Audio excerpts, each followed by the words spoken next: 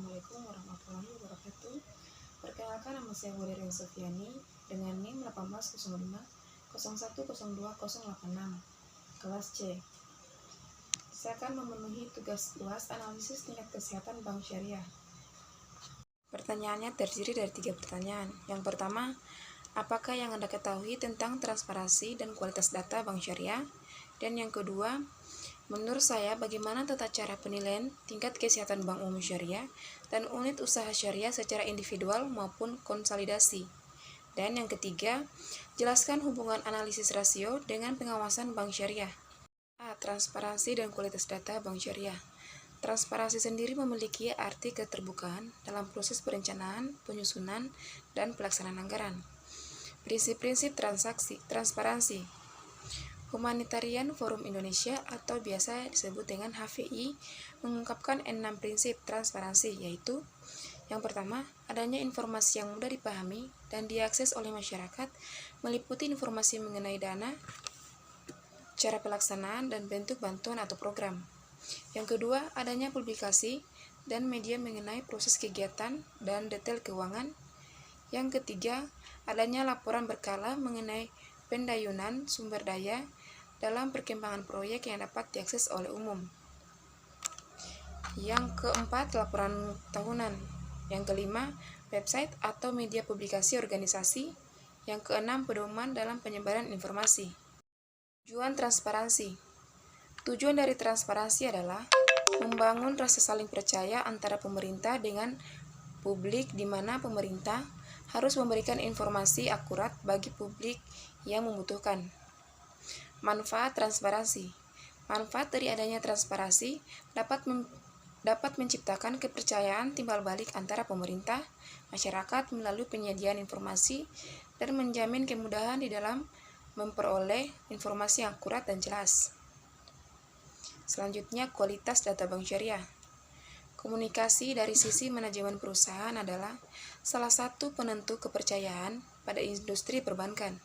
Selain itu, bank adalah lembaga pengubah aset yang sebagian besar asetnya adalah uang publik.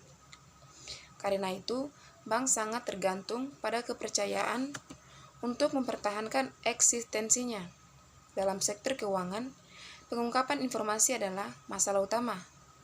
Hal ini disebabkan adanya asimetri informasi antara bank dan deposan dapat menyebabkan kebangkrutan karena kehilangan kepercayaan.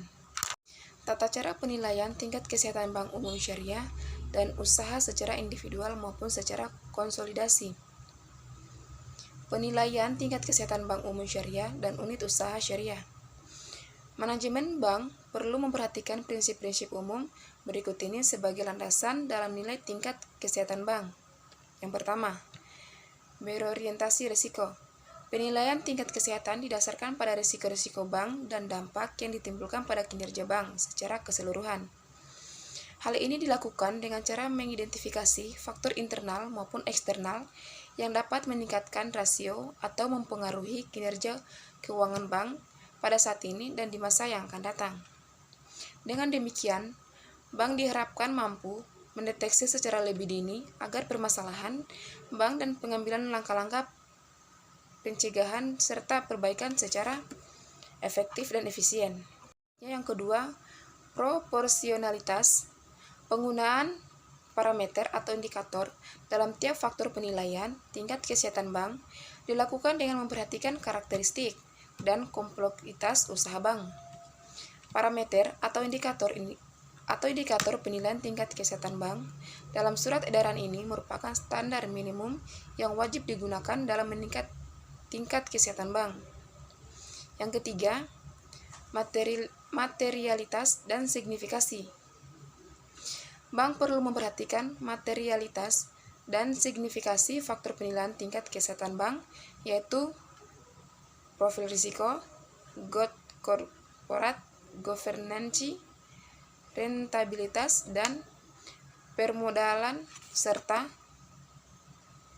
signifikasi parameter atau indikator penilaian pada masing-masing faktor dalam menyimpulkan hasil penilaian dan penetapan peringkatan faktor. Penentuan materialitas dan signifikasi tersebut didasarkan pada analisis yang didukung oleh data dan informasi yang memadai mengenai risiko dan kinerja keuangan bank. Yang keempat, komprehensif dan terstruktur. Proses penilaian dilakukan secara menyeluruh dan sistematis, serta difokuskan pada permasalahan utama bank. Analisis dilakukan secara terintegrasi dengan mempertimbangkan keterkaitan antara risiko dan antara faktor penilaian tingkat kesehatan bank, serta perusahaan anak yang wajib dikonsolidasikan.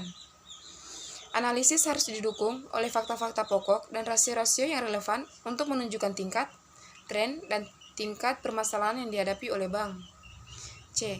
Hubungan analisis risiko dengan pengawasan bank syariah. Proses analisis risiko bank.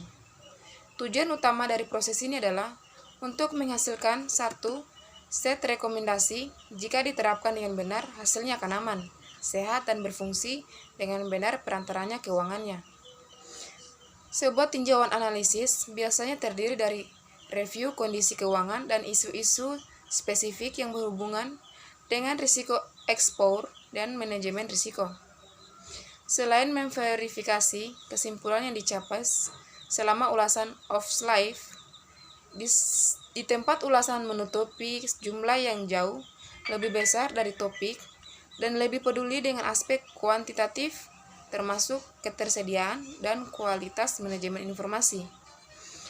Pernyataan yang diajukan selama semua fase dari tinjauan analisis harus fokus pada apa yang terjadi. Menangkap hal ini, dampak dari event dan tren, respon dan strategi dari manajemen bank, rekomendasi analisis, dan kelemahan teridentifikasi. Pengawasan perbankan.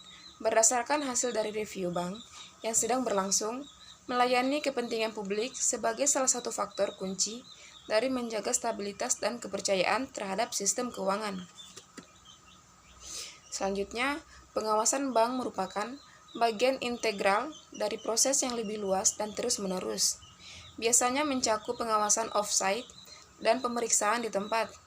Proses ini meliputi pembentukan kerangka hukum dan sektor perbankan, petunjukan otoritas, pengaturan, dan pengawasan, definisi kondisi lisensi dan kriteria, dan diberlakukannya peraturan yang membatasi tingkat risiko bahwa bank diperbolehkan untuk mengambil langkah lainnya yang diperlukan, termasuk pembentukan kerangka kerja untuk pelaporan kehati-hatian dan pengawasan off-site dan pelaksanaan kegiatan ini. Diikuti dengan pengawasan di tempat. Hasil pemeriksaan di tempat memberikan masukan bagi instruksi pengembangan bank dan untuk perbaikan regulasi dan lingkungan pengawasan. Mungkin itu saja, sekian dan terima kasih.